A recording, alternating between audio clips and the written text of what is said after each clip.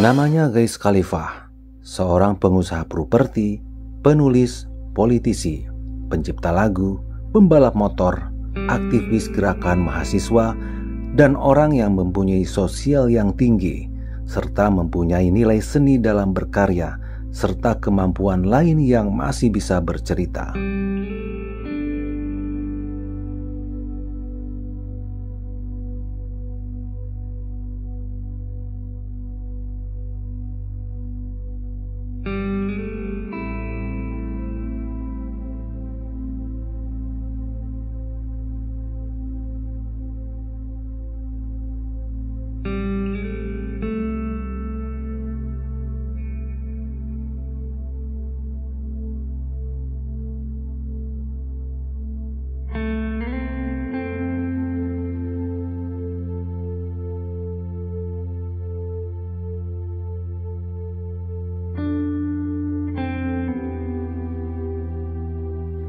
Ghiz Khalifa tergabung di PT Pembangunan Jaya Ancol Tbk sebagai komisaris pada Mei 2017 sampai sekarang ini.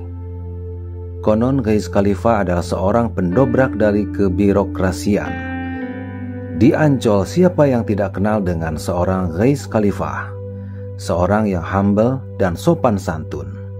Tidak jarang ketika masuk ke gate Ancol, Ghiz Khalifa menyapa duluan para petugas loket sampai petugas loket terkesima mendapat sambutannya, dan terkadang tukang kebersihan tak luput dari pandangan seorang Ghiz Khalifa.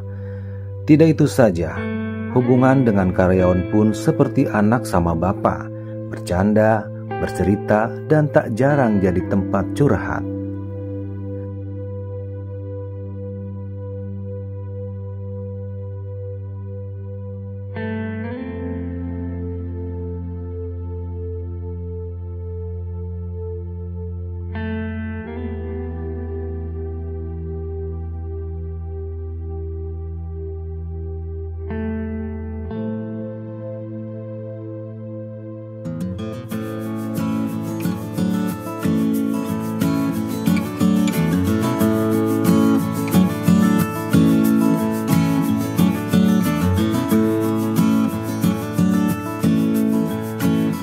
Satu hal yang Ghiz katakan, kita adalah tempat impian. Harus ada bedanya ketika setiap orang masuk Ancol harus sudah merasakan impian tersebut, dan berjibakulah teman-teman perencanaan sampai akhirnya terbersitlah Symphony of the Sea.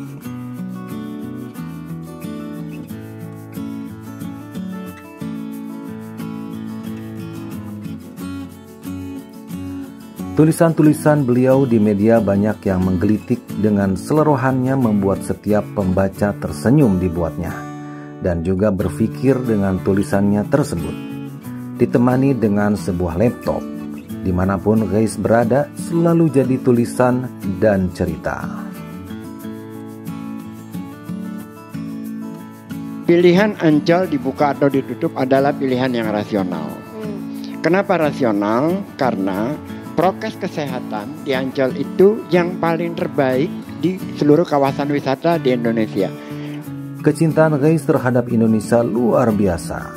Ini dibuktikannya dengan membuat komunitas musik Melayu, di mana dalam setiap live konsernya selalu dihadiri oleh orang-orang penting di dalamnya.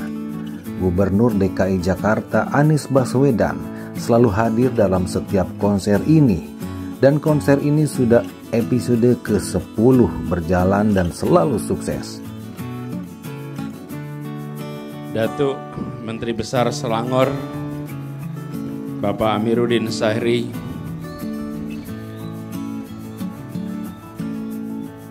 yang terhormat Ketua Setiausaha Menteri Besar Selangor Pak Muhammad Hidayat Muhammad Sufi, teman-teman semua, para pendiri Jakarta Melayu Festival, hadir di sini Bapak Ghiz Khalifa, Bung Sam Haisi, sama Bang Ferry, Mursi dan Baldan. Kita beri tepuk tangan untuk mereka bertiga.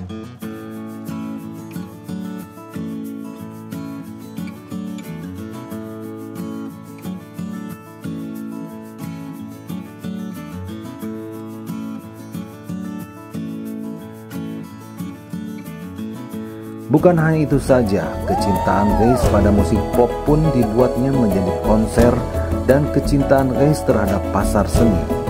Hal ini dibuktikannya dengan membuat konser tribute to Chrisye.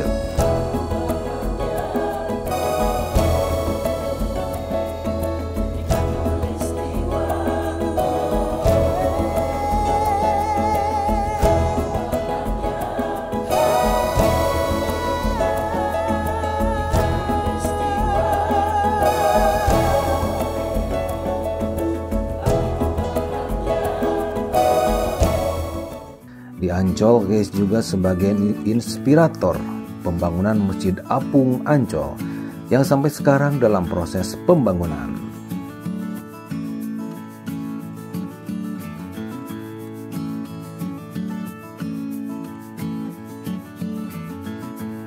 Hatinya sempat tergelitik dengan kegelisahannya bencana yang dialami bangsa Indonesia. Sebut saja musibah gempa di Banten dan Cianjur. Dengan turun langsung ke lapangan, Reis memberikan inspirasi dengan dibangunnya beberapa sekolah di Banten dan pembangunan rumah-rumah di Cianjur.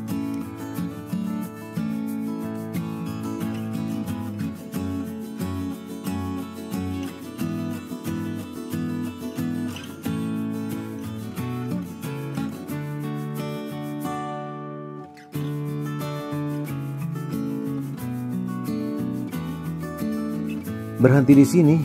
Tidak. Dengan berbagai kreativitasnya dan segala kemampuannya, pikirannya menorehkan beberapa hal. Bagaimana caranya supaya Ancol bisa berkembang tanpa mengeluarkan biaya. Wow, suatu pemikiran yang cerdik. Dengan segala konektivitasnya, Reis mengajak kepala dinas untuk tampil dalam acara ngopi, ngobrol pikiran bareng Reis Khalifa. Nah, disitulah banyak hal yang didapatkan Reis dengan pemikirannya dan Ancol serasa mendapatkan minuman di tengah padang pasir. Sebut saja. Pertama, pengelolaan landscape di Ancol mendapatkan bantuan dari Dinas Pertamanan dan Hutan Kota.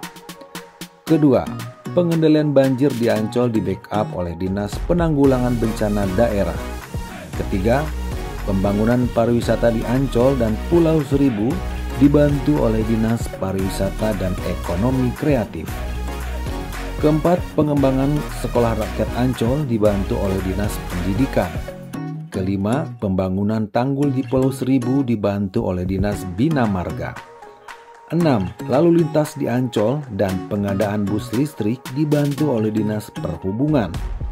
Ketujuh, pengembangan sistem digital di backup oleh Dinas Komunikasi, Informasi, dan Statistik. Kedelapan, masalah hewan yang ada di Ancol di backup oleh Dinas Ketahanan Pangan, Kelautan, dan Pertanian. Kesembilan, penanganan sertifikat tanah dibantu oleh Dinas Pertanahan dan Tata Ruang. Dan ke-10, penanganan narkotika di Ancol di backup oleh Badan Narkotika Nasional. Dan masih banyak hal yang dilakukan oleh Reis Khalifa. Acara ngopi berkembang dengan pesat sampai pada episode yang ke-85. Dari artis, birokrat, gubernur, dan menteri tak luput dari jarahan program ini. Rasanya lelah tangan ini menulis dan menceritakan torehan-torehan Reis Khalifa di Ancol. Dari hal kecil sampai besar sudah dilakukan oleh Reis Khalifa, dan rasanya tak cukup waktu menyanyikan semua coletehan Reis untuk Ancol dalam sebuah lagu. Ya, terlalu indah untuk dilupakan. Ada alfa, ada omega. Semuanya tidak selamanya harus berdentang. Ada kalanya semuanya harus terdiam. Hanya terpana melihat hasil sebuah goresan. Dan itu menjadi sebuah kenangan, sebuah sejarah yang tidak akan terulang lagi. Reis Khalifa orangnya yang keras, gak mau dibohongi. Ceritakan semua apa adanya. Dari situ ada sebuah sisi humanis yang tidak terlihat tapi nyata. Semuanya ini harus berakhir. Kami tahu Reis sangat mencintai Ancol, tempat bencengkrama, tanpa membedakan status, saling usir, bercanda, dan lain sebagainya. Ini semua tidak akan terjadi lagi di Ancol. Hanya akan terdengar cerita-cerita dalam bait-bait sebuah cerita. Biarlah kenangan ini menjadi cerita yang tidak akan lekang oleh waktu. Biarlah lagu ini tidak akan berakhir sampai di sini. Perjuangan ini jangan berakhir, dan jejakmu membuat kami akan selalu mengenang dengan tulisan-tulisan dan celotehanmu. Kasih dan sayangmu akan selalu tertanam di hati kami. Ingin rasanya kita kembali, tapi guys, tetaplah bersinar bagi banyak orang. Cintamu yang tulus buat Ancol dan kami tetap menyuarakan keadilan, dan bersinarlah terus. Bersinar sampai bias cahayamu menerangi kegelapan, dan bias-bias sinar itu tidak akan padam walaupun lagu ini berakhir.